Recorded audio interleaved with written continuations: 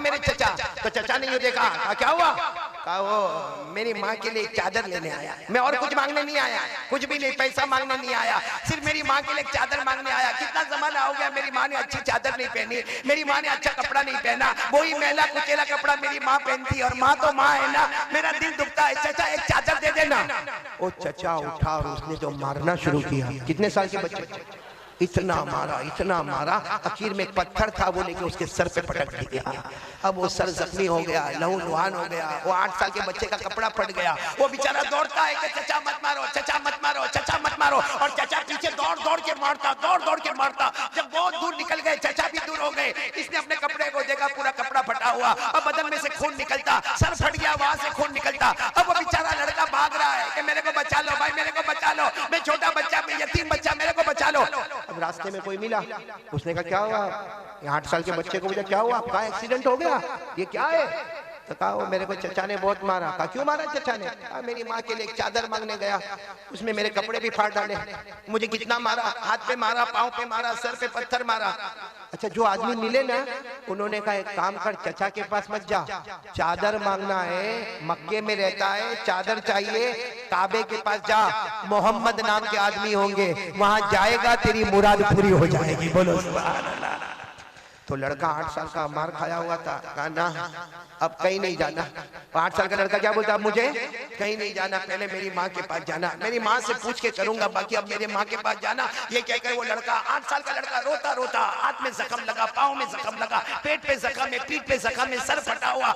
और देखो माँ और बेटे में कनेक्शन इतना होता है। मार किसको पड़ी है? बेटे को। मालूम नहीं वहां माँ का दिल तड़प रहा है, वो बेचारी घर के ओटे पर आ गई, फिर घर के बाहर आ गई, फिर और थोड़ा चलने लगी, बस वो माँ का दिल दुखता है। अजीब अल्लाह ने माँ और बेटे में कनेक्शन रखा है कि बेटा अमेरिका में होता है और माँ इंडिया में होती है, उसको वहां बुखार आता है, माँ यहाँ तड़पना शुरू करती है। मालूम नहीं वो माँ तड़पते तड़पते बाहर निकली, थोड़ी देर में माँ की नजर पड़ी कि मेरा बेटा आ रहा है, फटे हुए कपड़े, और बेचारा रोता है। यहाँ से माँ दौड़ी, वहां से बेटा दौड़ा, और दोनों एक दूसरे के गले लग गए। अब माँ इतना रोई, बेटे को लेकर घर में लेकर आई, नहलाया, धुलाया, सब जख्मों को साफ किया, पट्टियां बांधी, और फिर माँ ने गले लगा कर कहा बेटा मना करती थी ना, मैंने मना किया था ना कि मत जाना चचा के पास, फिर भी तुम जिद में चचा के पास चले गए, अब आइंदा से चचा के पास मत जाना। बेटा कितने साल का? सब जख्म वख्म पे पट्टी लगी हुई। कहता माँ एक और एड्रेस मिल गया है, एक और पता। माँ ने कहा किसका पता मिला? कहा माँ वहाँ चादर मिल जाएगी। माँ ने कहा कौन? कहा किसी ने मुझे कहा कि काबे के पास जाओ, मोहम्मद नाम के हैं, उनके दरबार से कोई खाली हाथ वापस नहीं आता। बोलो उनके दरबार से कोई खाली हाथ वापस। वही माँ जिसने अभी तक गले लगाया ना, वो ऐसे बेटे को जोर से धक्का मारा। कहा बेटा आइंदा मोहम्मद का नाम ये घर में नहीं आना चाहिए। कि माँ ने ईमान तो कबूल नहीं किया था। कहा बेटा आइंदा से मोहम्मद का नाम यहाँ घर में नहीं आना चाहिए। तुझे मालूम है वो जादूगर है, तुझे मालूम है वो शायर है, तुझे मालूम है वो मजनून है, तुझे मालूम है वो काहिन है, वो नजूमी है, और मालूम है किस लोग के दरमियान में तोड़ हो गई है। बेटा सबका नाम लेना मगर मोहम्मद का नाम। अच्छा सच बताओ, ये औरत ने जो कहा ये मक्का वाले बोलते थे कि नहीं बोलते थे? अरे बोलो ना, हमारे नबी को क्या बोलते थे? जादूगर है, मजनून है, शायर है, काहिन है। अरे कुरान करीम में लिखा है 27वें पारे में अल्लाह ने फरमाया फज़क्किर फमा अनत बिनिअमति रब्बिक बिकाहिन वला मजनून अम यक़ूलून शाइर नतरब्बसु बिही रैबल मनून कुल तरब्बसू फइन्नी मअकुम मिनल मुतरब्बिसीन। अल्लाह ताला फरमाते मेरे महबूब, किसी ने तुम्हें शायर कह दिया, किसी ने तुम्हें जादूगर कह दिया, किसी ने तुम्हें कागिन कह दिया, अल्लाह फरमाते तुम कुछ भी नहीं मेरे प्यारे नबी। बोलो सल्लल्लाहु। अच्छा वो माँ ने, वाकया तो याद है ना, कितने साल का बच्चा?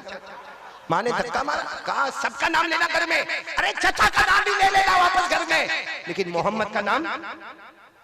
8 साल का बच्चा थोड़ी देर कुछ नहीं बोला, थोड़ी देर के बाद कहता है माँ एक बार जाने देना। किसके पास? माँ ने मना किया। हाँ माँ मैं लड़ूंगा थोड़ी वहां पे, और अगर वो मारने आएंगे तो मैं भाग कर आ जाऊंगा, काबा हमारे घर से दूर तो है नहीं। अरे चचा का घर तो बहुत दूर था इसलिए भाग नहीं सका, अरे काबा तो हमारे घर के करीब है, जाऊंगा, अगर देंगे तो ठीक है, नहीं देंगे तो वापस आ जाऊंगा। माँ क्या कहती है, जो जाता है ना उसको कलमा पढ़ाते हैं, पूरा धर्म। बेटे ने कहा 8 साल के बेटे, माँ मैं कुछ नहीं करूंगा, जाऊंगा, देंगे तो ठीक है, नहीं देंगे तो वापस आऊंगा। माँ ने कह दिया जाओ। बोलो सुभान अल्लाह। कितने साल का बेटा? साथ में बोलो, कितने साल का बेटा? हदीस पाक में लिखा 8 साल का बच्चा जो यतीम है अपने घर से निकला, बोलो अपने घर से निकला, काबे के पास पहुंचा। काबे के पास बहुत बड़ा मजमा बैठा हुआ था, पता न लगे कि मोहम्मद कौन है, पता न लगे कि मोहम्मद है। भाई इतना बड़ा मजमा है काबे के पास और हिम्मत भी ना हुए कि किसी को पूछे कि मोहम्मद है कौन है। तो वो बेटा 8 साल का बेटा जब बड़े हो गए ना, कहते मैंने एक चक्कर लगाया काबे के पास, बहुत सारे लोग बैठे थे, दूसरा चक्कर लगाया, लेकिन जब भी मैं चक्कर लगाता था सब में देखता था एक इतने खूबसूरत बैठे हैं, ऐसा लगता था जैसे कोई चांद का टुकड़ा बैठा हुआ है। वो 8 साल का बेटा कहता मेरे दिल में आया, किसी को पूछने की तो हिम्मत ना हुई, लेकिन दिल में आया यही मोहम्मद है। बोलो सल्लल्लाहु। वो बेटा कहता, वो 8 साल का लड़का कहते कि मैं बहुत देर तक तो बाहर खड़ा रहा, हिम्मत ना हुई, फिर धीरे से आगे बढ़ा, और जहां मोहम्मद बैठे थे ना वहां पीछे से आया और उनके कंधे पे हाथ रखा और सिर्फ इतना कहा मोहम्मद। ओह 8 साल के बेटे कहते उन्होंने मेरी तरफ यूं करके देखा, कहते ऐसा लगा जैसे अंधेरी रात में 14वीं रात का चांद निकलकर सामने आ गया।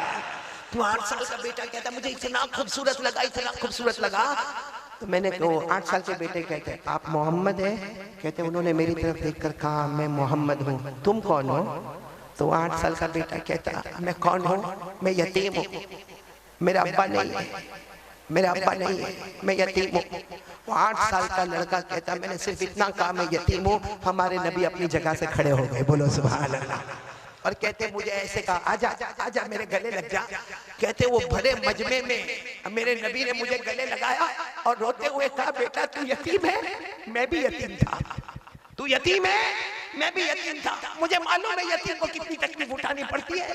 तेरे अब्बा नहीं ना, मेरे अब्बा भी नहीं थे, मैंने भी बहुत तकलीफ उठाई, तू भी बहुत तकलीफ उठाता। बता तू क्या काम से आया? तो 8 साल का बेटा सीने से लगा हुआ कहता मेरी माँ के लिए चादर चाहिए, मेरी माँ के पास चादर नहीं है। तो हमारे नबी रोते रोते कहने लगे सही है, मैं भी यतीम था, मेरी माँ आमीना बेवा थी, तू भी यतीम है, तेरी माँ भी बेवा है।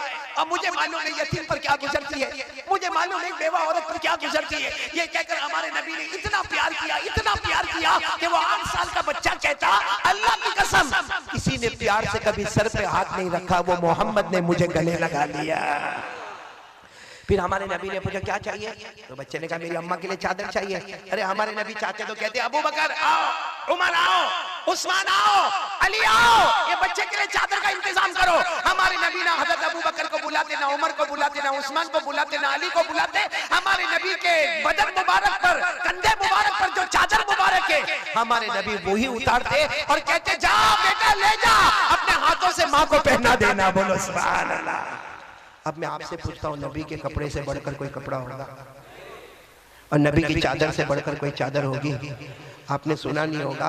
हजरत अली फरमाते मैं कितनी मर्तबा मेरे नबी के पास आता, नबी के कंधे मुबारक पे चादर होती, हजरत अली कहते वो चादर मैं ले लेता, अपने कंधे पे रखता और आसमान की तरफ देखता, मुझे कुछ भी नजर नहीं आता।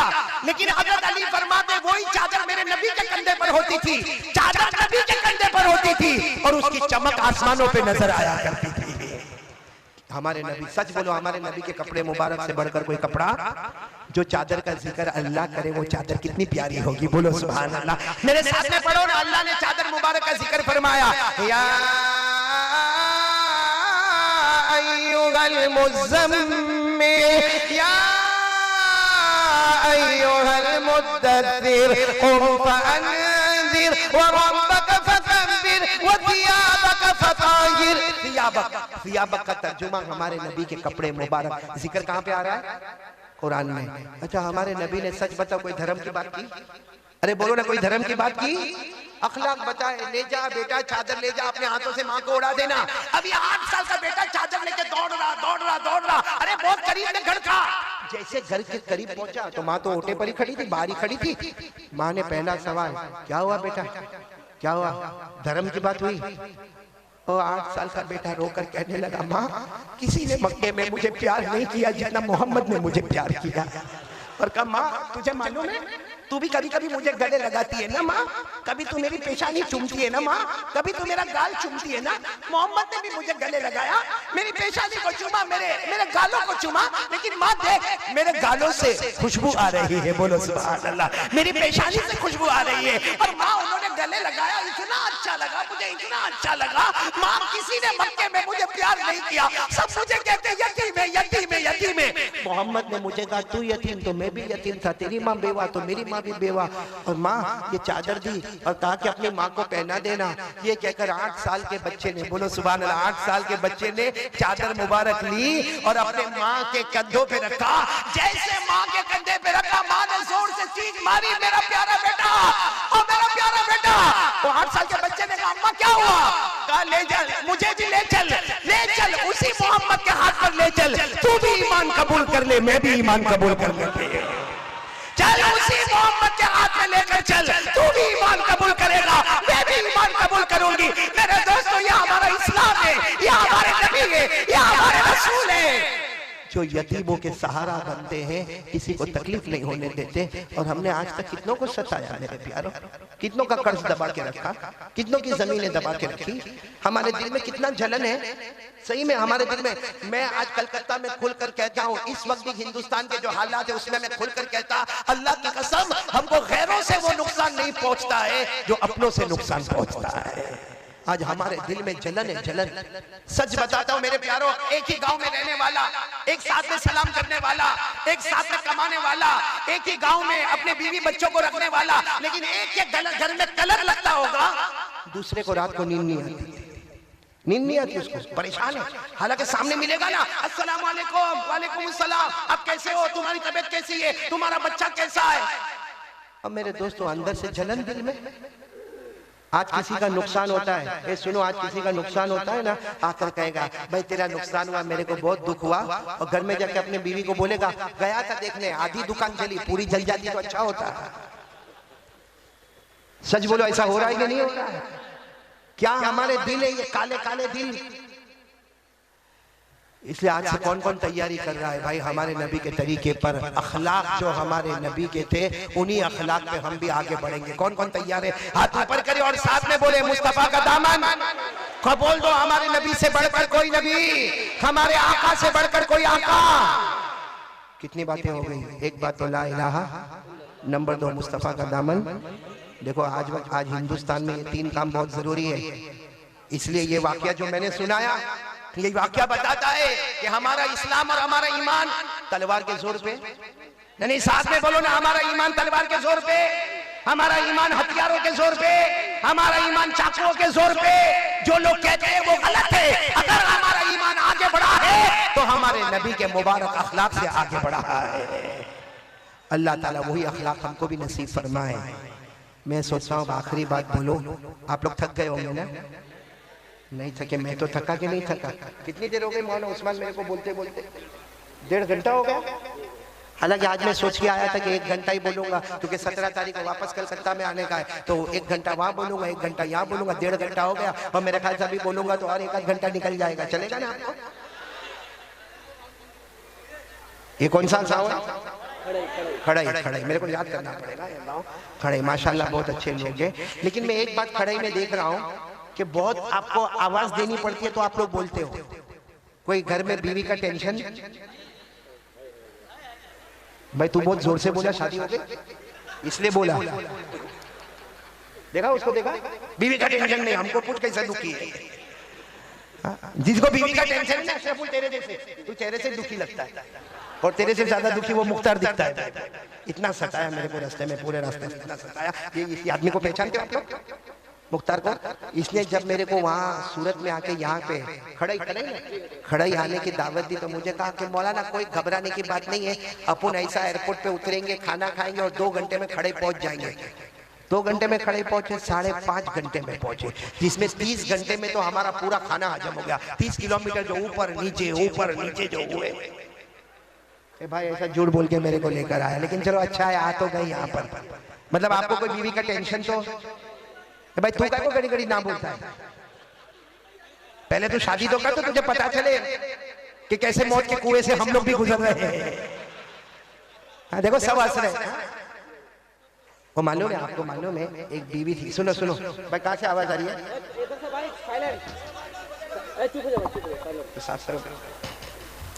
एक बात सुनो, फिर हम आखिरी बात पर आते हैं, सुनेंगे सब सुनेंगे इंशाअल्लाह। एक बीवी थी, बीवी है, वो 17, 18 साल 20 साल से अपने शोहर के साथ में, आमीन बोलो आमीन। ऐसे यहाँ बहुत सारे शोहर होंगे, 18 साल 20 साल, 10 साल हो सकता है तेरी बीवी होगी। मतलब अच्छा खासा मियाँ बीवी साथ में रहते हैं, लेकिन अब शोहर है ना, शोहर वो कभी कभी सोचता है कि कब तक ये बीवी रोज बीवी के साथ रहने का, कहीं एक आध हफ्ता एक आध महीना माँ के घर जावे तो मेरे को थोड़ा दिमाग में, हाँ बोलता है आराम मिले, तो बेचारा सोचता है कि मेरे को आराम मिले। और एक दिन अचानक क्या हुआ, सुबह में उठा और बीवी क्या कहने लगी, अपने शोहर को कहने लगी कि मेरा जी चाहता है कि 1 महीने के लिए माँ के घर चली जाओ, हम 17-18 साल से साथ में, तेरा 1 महीना माँ के घर रहकर आऊंगी। तो शोहर सामने तो बोल नहीं सकता कि जा, बोल सकता? कहता ना तू चले जाएगी तो मैं क्या करूंगा, डायलॉग डायलॉग, तू चले जाएंगी तो मैं, और दिल दिल में सोचता है कि कब पेटी बांधे, और लेकिन बीवी भी कहती ना ना ना, 1 महीना तुमको भी समझ पड़े बीवी के बगैर, कैसा बर्तन मांजने का, कैसा कपड़ा धोने का, कैसा झाड़ू मारने का, कैसा बच्चों को स्कूल में भेजने का, मैं तो जाने वाली हूँ माँ के घर पे। इसका भी दिल था कि ये माँ के घर पे जाए, लेकिन कैसा भी करके बीवी को तैयार किया, और बीवी बोलो कहाँ चली गई, अरे बोलो ना कहाँ चली गई, मई के गई, कितने महीने के लिए, आपको बराबर याद है, 1 महीने के लिए चली गई वो। अब ये आराम से घर में आया, अपना कैलेंडर था ना, कैलेंडर उसको देखकर खुश होता है, आज की तारीख को गई है, 30 दिन के बाद वापस आएगी, रोज का प्रोग्राम बनाता है, 1 तारीख को ये दोस्त के घर पे, 2 तारीख को वो दोस्त के घर पे, 3 तारीख को इधर जाना, 4 तारीख, पूरा कैलेंडर उसने तैयार कर दिया। लेकिन रोजाना फोन करता है, हेलो कैसी है, तेरे बगैर तो यहाँ कुछ अच्छा ही नहीं लगता है, और वो वहां से खुश होती है, हाँ हाँ मेरे को मालूम है मेरे बगैर तेरे को नहीं अच्छा लगता, और ये यहाँ से डायलॉग मारता आई लव यू, अभी कभी बोलता आई मिस यू, और कहता है यहाँ तो मेरे को अंधेरे अंधेरे में भी तू नजर आती है, वो वहां से खुश होती है। हालांकि फोन रख के बोलता है 1 महीना नहीं 2 महीने के बाद वापस आना। अब अचानक 10 दिन हुए, बोलो कितने दिन हुए, अब बीवी का फोन आया कि मैं आ रही हूँ, कितने दिन में वापस आ रही, गई थी कितने दिन के लिए, तो ये फोन पे पूछा क्यों आ रही है 10 दिन में, तो महीने का प्रोग्राम ना, जैसे तुमको नहीं अच्छा लगता मेरे को भी यहाँ पे अच्छा नहीं लगता। इसने अपना सर पे हाथ रखा और बीवी ने बता दिया कि रेलवे स्टेशन पे आ जाना, मेरी ट्रेन की बुकिंग हो गई है, ये मेरा डब्बा नंबर है, ये मेरा सीट नंबर है, और बराबर प्लेटफॉर्म पे आ जाना, मैं सामान ज्यादा लेके आ रही हूँ माँ बाप के घर से। अच्छा मेरे को सच बताओ, ये प्लेटफॉर्म पर गया होगा तो इसका मूड अच्छा होगा कि खराब होगा? हाँ एकदम खराब है। मैं तो कभी कभी बोलता हूँ ऐसा गया होगा जैसा चूसा हुआ आम, ऐसा फोबड़ा चढ़ा के यूं गया, प्लेटफॉर्म पे यूं हाथ बांध के खड़ा हो गया। इतने में वो ट्रेन आई, बराबर डब्बा सामने आया, वो बीवी सारा लगेज लेकर, सारा सामान लेकर उतरे, और इसको कहे ले ले ले पकड़, एक कहता हाँ चल जल्दी ला इधर रख दे, इधर रख दे, इधर रख दे। वो बेचारी बोलती मेरे अम्मा अब्बा ने तुमको बहुत सलाम बोले, हाँ तू भी बुढ़ा बुढ़ी को सलाम बोल दे, चलो चल। एकदम इसका थोबड़ा चढ़ा हुआ, तो बीवी उतर के सोचने लगी कि ये क्यों ऐसा खराब मुंह बना के खड़ा है। अचानक बीवी की नजर पड़ी, वही प्लेटफॉर्म पे एक मियां बीवी और खड़े, अरे वही प्लेटफॉर्म पे एक मियां बीवी और इतना हंस हंस के बातें कर रहे, इतना खुश होकर बातें कर रहे, इतना सुकून में बातें कर रहे। बस बीवी को मौका मिला, कहने लगी जरा सोच सोच, मैं 10 दिन के बाद आई, तेरा मुंह चढ़ा हुआ है, वहां देख, वो मियां बीवी को देख कितना हंस रहे। ये कहता है वो पगली छोड़ने आया है, नहीं समझा, अरे नहीं समझे, अरे वो ट्रेन पे और मैं, देखो अभी थोड़ा थोड़ा समझ में आ रहा, तो थोड़ी थोड़ी हंसी भी आ रही है। देखो अगर कोई ऐसा कोई जोक आवे ना, लतीफ आवे, नहीं समझ में आवे तो ज्यादा खुश हो जाएगा। बोलो नहीं समझ में आवे तो क्यों मालूम है? क्योंकि जिसको नहीं समझ में आता ना वो 3 मरतबा हंसता है। कितनी मरतबा हंसता है? एक तो अभी हंसा कि चलो मौलाना के सामने हंस ले, फिर दूसरी मरतबा किसी को पूछेगा तो हंसेगा, और तीसरी मरतबा हंसेगा कि पहली मरतबा तो फुकट में ही हंसा था मैं, पहली मरतबा तो मुफ्त में ही हंसा।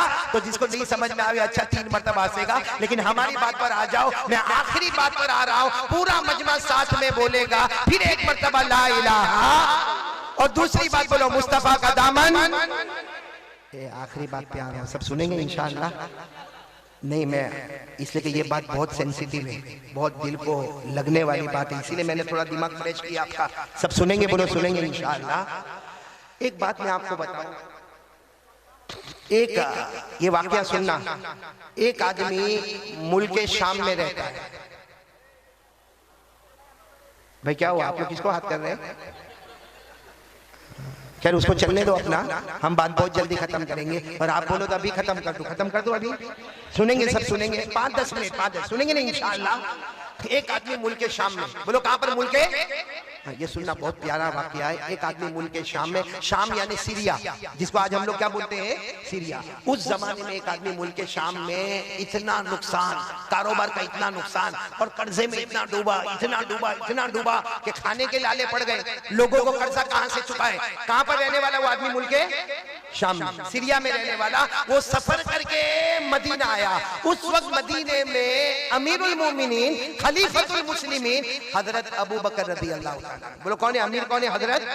अब वो मुल्क शाम से मालूम नहीं अपने ऊंट पे बैठ के कितने दिनों का, कितने रातों का, कहां सीरिया और कहां मदीना।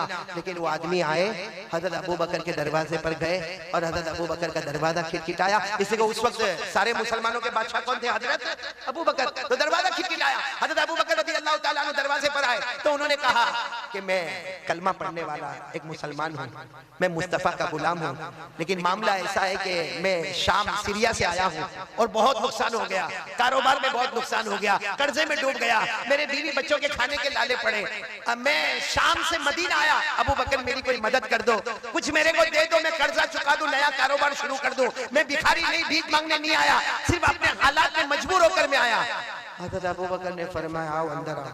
अब हजरत अबू बकर के घर का दरवाजा थोड़ा अच्छा था, अंदर गए तो देखा कुछ भी नहीं। हजरत अबू बकर ने रोते रोते कहा किससे मांगने आए हो? तुम मेरे पास मांगने आए हो? ये सोचकर मांगने आए हो कि मैं मुसलमानों का बादशाह हूँ, अमीर हूँ? अरे 2 दिन हो गए मेरे घर में खाने को नहीं है, 2 दिन हो गए मेरे घर में खाने को नहीं। तो वो आदमी कहने लगा फिर मैं कहाँ जाऊंगा, मैं तो मदीना आया था, ये सोचकर आया था कि हजरत अबू बकर मेरी मदद करेंगे। सुनना हजरत अबू बकर क्या फरमाते, एक काम करो उस्मान के पास चले जाओ। हजरत साथ में बोलो किनके पास चले जाओ? हजरत, आवाज अभी भी नहीं आ रही, बोलो किनके पास चले जाओ? हजरत। तो कहने लगे मैं तो उस्मान को पहचानता नहीं हूँ, आप कुछ लिख कर दे दो तो मैं चले जाऊंगा हजरत उस्मान के पास। हजरत अबू बकर ने फरमाया मेरे लिखने की कोई जरूरत नहीं है, बल्कि उनको कहना भी नहीं कि अबू बकर ने भेजा है, लिखने की भी जरूरत नहीं, और उस्मान को कहना भी नहीं कि अबू बकर ने भेजा है। सिर्फ जाकर वहां जाकर इतना कह देना मैं गरीब हूँ, मुस्तफा का गुलाम हूँ, कोई भी मुस्तफा का गुलाम आ जाए, उस्मान की सखावत शुरू हो जाती है। बोलो सुभान अल्लाह।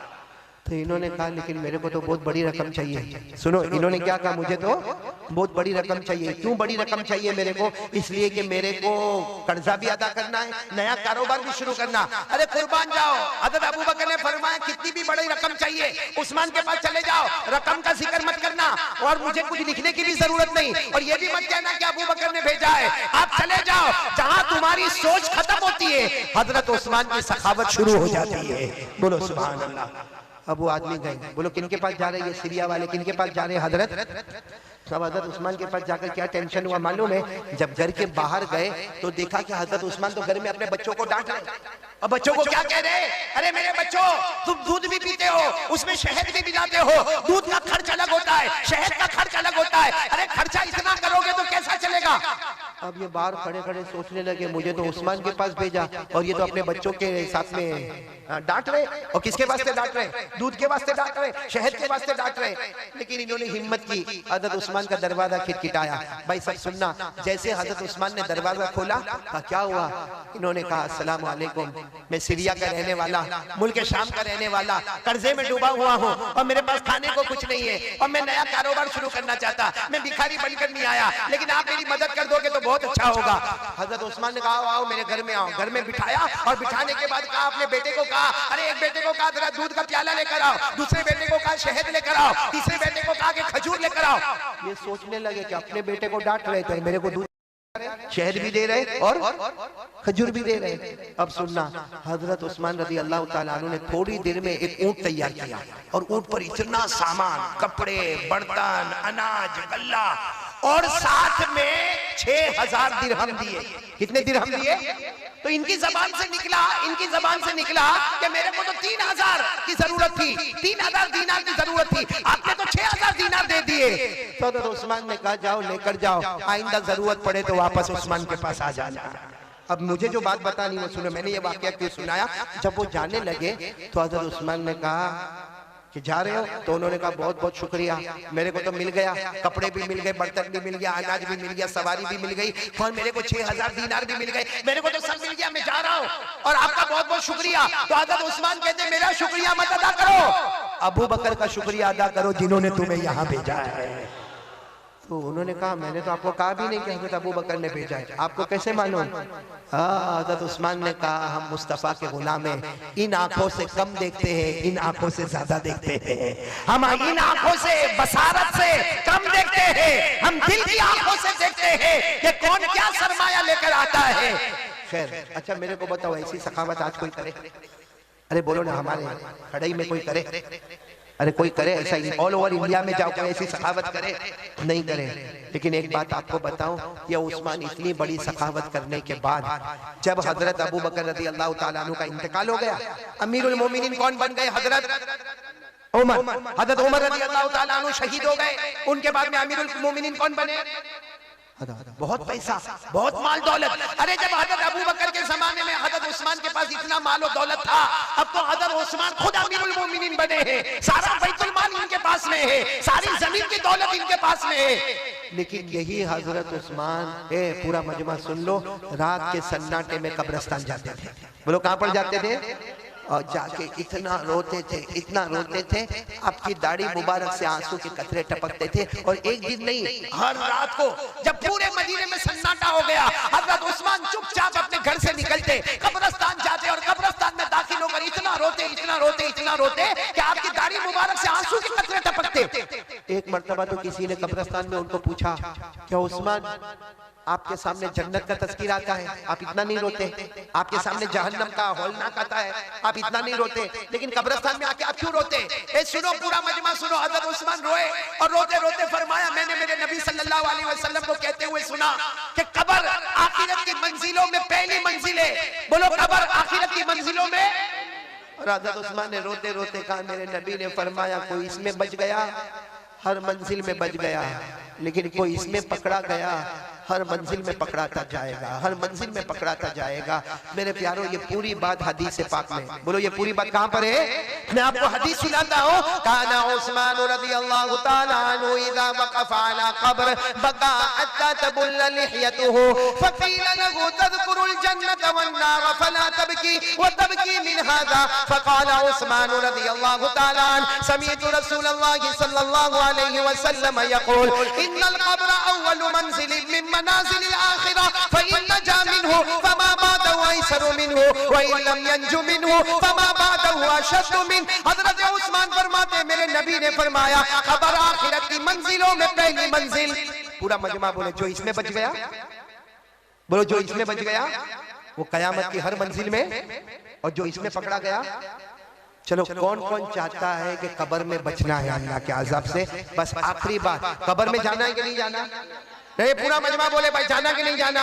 मेरे को भी जाना है, आपको भी जाना, मेरे को भी मरना, आपको भी मरना। अरे मेरे प्यारो, गुस्ल का पानी मेरा भी और आपका भी तैयार होगा, कफन का कपड़ा मेरा और आपका दोनों का तैयार होगा, हम सबको जनाजा हमारा उठेगा, और जब हमारा जनाजा उठेगा हमारे घर वाले रोएंगे और हमें कब्रिस्तान ले जाया जाएगा, और कब्र की अंधेरी रात में हमें कब्र के अंदर उतार दिया जाएगा। सबको जाना है ना कब्र में? अब कौन कौन चाहता है कि कब्र के आजाब से बचना है? एक काम, अल्लाह की कसम, इधर देखो 5 मिनट, एक काम के लिए तैयार हो जाओ। मैं अल्लाह की कसम सारे उलमा के बीच में खाता हूं, एक काम कर लो, कब्र का आजाब तो दूर की बात, कब्र में आग का धुआं भी हमारे करीब नहीं आएगा। बल्कि मैं कसम खाता हूं अल्लाह हमारी कब्र को जन्नत का बाग बनाएगा। बोलो इंशाअल्लाह, आमीन बोलो। अल्लाह हमारी कब्र में जन्नत की खुशबुएं लाएगा। बोलो आमीन। अल्लाह हमारे कब्र में जन्नत का बिछोना बिछाएगा। बोलो आमीन। अल्लाह हमारे कब्र को जन्नत के बागों में से एक बाग बना देगा। बोलो आमीन। एक काम करना पड़ेगा, खड़े वालों अगर आप तैयार हो तो मैं आगे बोलूं, करोगे इंशाअल्लाह? क्योंकि हमारे नबी का वादा है कि कब्र का अज़ाब नहीं होगा अगर ये काम करोगे। तो कौन कौन तैयार है? हाथ ऊपर करे भाई। तैयार है तो हाथ ऊपर रखे, बोलो इंशाअल्लाह। नहीं, मैं बात खत्म कर रहा हूं, बोलो इंशाअल्लाह। आवाज नहीं आई, बोलो इंशाअल्लाह। कल की फजर बोलो इंशाअल्लाह। मौत की शाम बोलो इंशाअल्लाह। हमारी नमाज कज़ा नहीं होगी, बोलो हमारी नमाज। और अल्लाह की कसम हमारे नबी का वादा है, जो नमाजी होगा अल्लाह उसकी कब्र को जन्नत का बाग बना देगा। बोलो इंशाअल्लाह। पढ़ेंगे, नमाज पढ़ेंगे इंशाअल्लाह। हाथ नीचे रखो, आखिरी बात सुन लो, हर नमाजी जन्नती है। पढ़ेंगे, बोलो पढ़ेंगे नमाज। यहाँ बहुत सारे बैठे हैं जो नहीं पढ़ते नमाज, लेकिन आज खड़े वाले और जहां जहां से लोग आए हैं, आज सब लोग एक पक्का इरादा करें कि एक मर्द मोमिन, हमारे मोमिन की जबान इतनी पक्की जबान है, पहाड़ अपनी जगह से हटेगा लेकिन मोमिन की जबान अपनी जगह से नहीं हटेगी। आज पक्का वादा करो कि इंशाअल्लाह मौत तक हमारी नमाज कज़ा नहीं होगी इंशाअल्लाह। और मैं एक आखिरी बात बता दूं जो आप सब लोग मेरे साथ में बोलेंगे, हर नमाजी जन्नती होता है। बोलो हर नमाजी, आवाज नहीं आ रही, बोलो हर नमाजी। कुरान ने लिखा, मेरे साथ में पढ़ो, अल्लाह ने फरमाया वल्लज़ीना हुम अला सलातिहिम युहाफ़िज़ून उलाइका फी जन्नातिम मुकरमून। अल्लाह ताला फरमाते, प्यारे प्यारे मेरे बंदे, 5 वक्त नमाज की पाबंदी करे। अल्लाह फरमाता तुम जमीन पे नमाज पढ़ते जाओगे, आसमानों पे जन्नत के फैसले होते जाएंगे। फिर बोलो हर नमाजी, अब साथ में ये भी बोल दो बेनमाजी। अल्लाह मेरी और आपकी हिफाजत फरमाए। पढ़ेंगे ना नमाज, पढ़ेंगे ना इंशाअल्लाह। आपको मालूम है बेनमाजी को जो जहन्नम में डालेंगे ना, मैंने पहले भी कलकत्ता में सुनाया था, सबसे खतरनाक जहन्नम में बेनमाजी जाएगा। एक खड़े वालों सुनो, जिस जहन्नम में अबू जहल जाएगा, जिस जहन्नम में कारून जाएगा, जिस जहन्नम में फिरौन जाएगा, जिस जहन्नम में हामान जाएगा, हमारे नबी फरमाते अल्लाह की कसम मेरी उम्मत का बेनमाजी भी उसी जहन्नम में जाएगा। इसलिए मेरे प्यारो सब लोग इरादा करो, नमाज पढ़ेंगे नहीं इंशाअल्लाह। नहीं बोलो पढ़ेंगे इंशाअल्लाह। तो टोटल 3 बातों की जगह ज्यादा बातें हो गई, वो सब बातों को हम याद करेंगे। सबसे पहली बात, भरोसा किस पर करना, डरना तो किससे डरना, यकीन किस पे बनाना, अल्लाह पे। और मोबाइल से गंदी चीजों को डिलीट कर देना, अच्छी चीजों को डाउनलोड करना। और एक बात जो आपके कान में आई, मुस्तफा का दामन नहीं छोड़ेंगे और हमारे नबी के अखलाक पर अपने आप को बताना, ताकि दुनिया को पता चले कि इस्लाम के पास अखलाक है, ईमान के पास अच्छे अखलाक है, एक रिस्पेक्ट है, एक डिसिप्लिन है जो अल्लाह और अल्लाह के रसूल ने हमको दी है। और आखिरी बात पर आ जाओ, मौत तक हमारी नमाज कज़ा पक्की बात इंशाअल्लाह। अल्लाह हम सबको अमल की तौफीक अता फरमाए। मैं आप तमाम खड़े वालों का बहुत बहुत शुक्रिया, खास करके मेरे साथ आए हाजी जुनेद ओरावाला, इसी तरीके से हाजी इकबाल भाई जमाल, और इसी तरीके से मौलाना उस्मान, और ये इसी तरीके से हमारे भाई से मुलाकात हो गई अशरफुल भाई से, और मुख्तियार भाई तो हमको खुद यहाँ पर लेकर आए। बाकी आप तमाम का, क्योंकि मुझे मालूम है कितने ऐसे हैं जो गुजरात में रहते हैं और गुजरात में सूरत में बयानात सुनते रहते हैं, क्योंकि जब मैं यहाँ आ रहा था तो मुझे एयरपोर्ट पर भी कुछ मिले, कुछ एयरपोर्ट के बाहर भी मिले जो इसी तरफ आने वाले। अल्लाह ताला सबके आने को कबूल फरमाए, बोलो आमीन। अल्लाह सबके जायज मकासद को पूरा फरमाए, और आमीन का वो अल्लाह ने यहाँ बिठाया, अल्लाह हमको जन्नत भी नसीब फरमाए।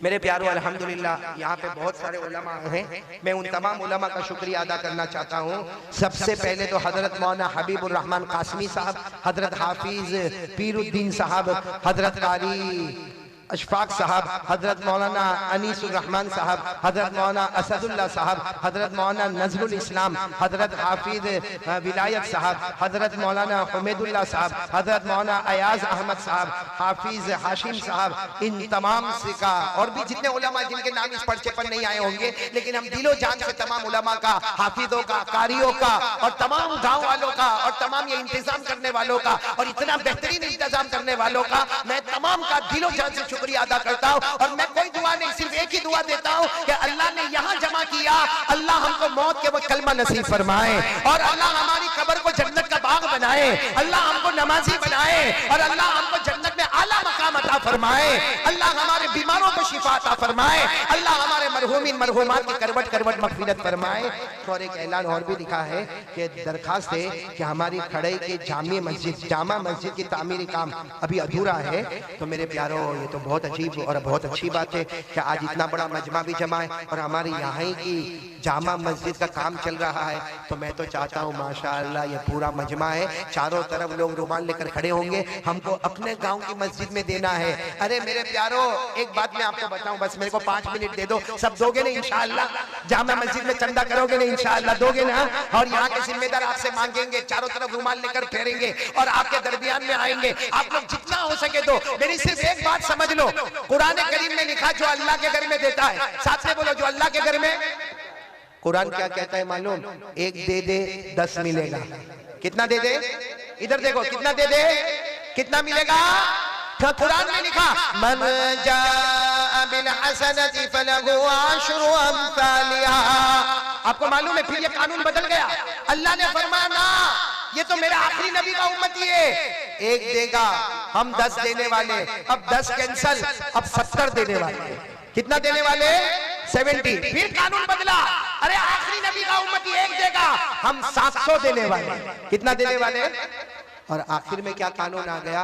ये प्यारे नबी आपका उम्मती है, ये गिन के देगा, ये गिन के देगा, हम इतना देंगे ये गिन भी नहीं पाएगा।